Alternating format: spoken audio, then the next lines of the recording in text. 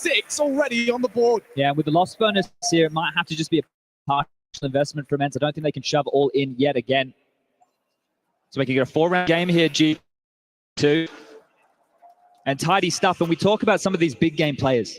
We talk about Hunter, we talk about JKS, we talk about Sampaius on the other side of the server. They all love their moment in the spotlight.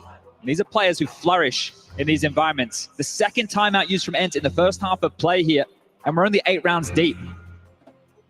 This is a team, sure, they've been able to lift the trophy in IEM Dallas, but this is a completely different playing field.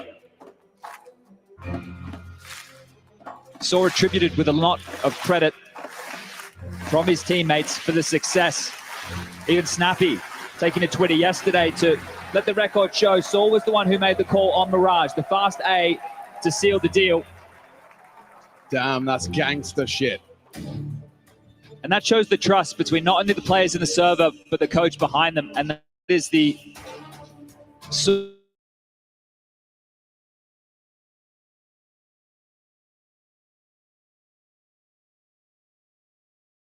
I'm going to smash these guys. Well, we'd love to see Nerds with that fire in the belly. No, it's extinguished in that semi-final. Look at Nico. Straight out of the yard, straight into the eyes of Diha. There's information here. You see a smoke wall, but you want to know what type of bind that you're dealing with. So you take down Diha, you spot the pistol. There's still an AK-47 in the hands of Madden here. And again, they continue into JKS's domain. JKS is so good at this game, holding on the back box. He goes for more! Greedy! Triple kill. He's got 14 total here in the 9th round of play.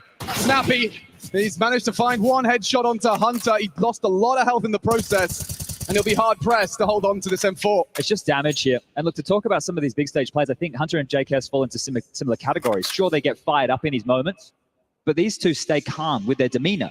And the thing is, they make the same decisions they make in practice as they would in a group stage, as they would now in a playoff match. Whereas other players have their indecision, their hesitation. There's a fine line between nerves and excitement, and they contain all of that. So how does that intersect with these big game players? Are you telling me Sampaius is doing something he wouldn't normally do in a group stage game, or is it mind over matter? I think Sampaius is a whole lot flairier in the moment.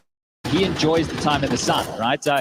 He is Spanish after all. I've heard that out of Snappy's mouth. So when the spotlight's on him and he gets to go for those type of plays, he kind of gets the power of the crowd. Where the others, I think Hunter and JKS, they're more deflecting that and just playing their standard game, which makes them look like beasts in this, well, packed out arena. Yeah, this Colosseum of Counter-Strike. Well, another round here, 7-2. And this is where maybe Pick and Nuke is coming back to bite Snappy in the arse here. Especially when you want to think about, this marathon ahead of them. ENCE pick, and G2 gets a start on the CT side of Nuke and get those juices flowing. Yeah, it felt to me like G2 had to pick Mirage no matter what here. But for ENCE, they could have taken this with multiple different magnitudes of maps, right? So deciding to start here on Nuke, I think it is a bit of a gift for G2 if they can find their form, and they're already showing that early. And we have Anubis as the 3rd map of the series. We will guaranteed to have Anubis here today, and a map that we haven't seen played on the stage only 6 times in total throughout all of Cologne. Oh, playing on the edge of the hut, that could be overlooked. Monacy's brought some aggression into the mix on yard side. Snappy to bait, hoping that will avert his gaze. Monacy starting his crawl. Diha already beheaded by Nico in the previous round. Responsible for taking space, or at least showing presence, but he's looking hesitant. Wall of smokes to be deployed. Monacy will be able to be the canary here and call out occupation or not. Caught out Diha. No one else home behind the smokes. And Snappy aware that that information now flows. A pivot required.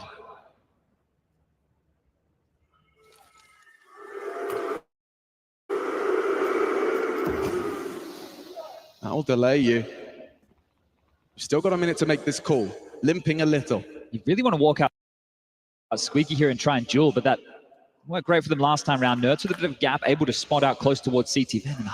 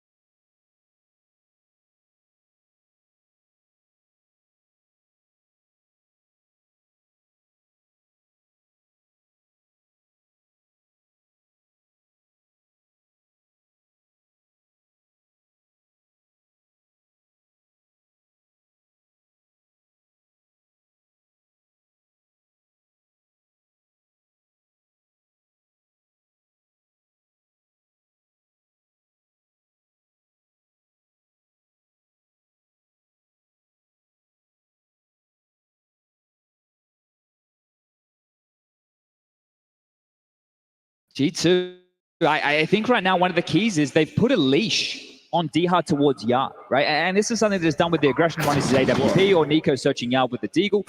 Snappy needs to try and help out Dihard towards Yard.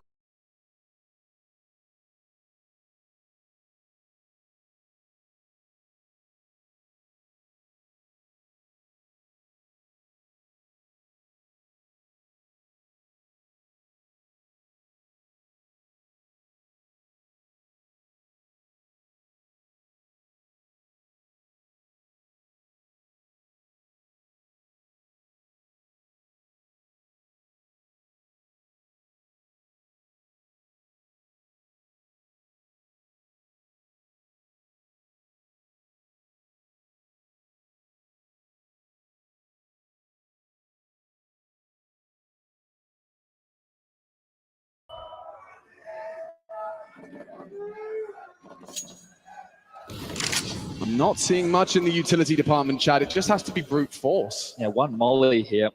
And that's on Nerds, who does have an awful lot of space. That is the biggest key. So territory traded with that Yard pressure, and Nerds has found the path of least resistance here. He's going to spot nothing home. What a setup out of G2. This is cruel. And Diha has managed to clear out Hunter. That's a big frag from the pole.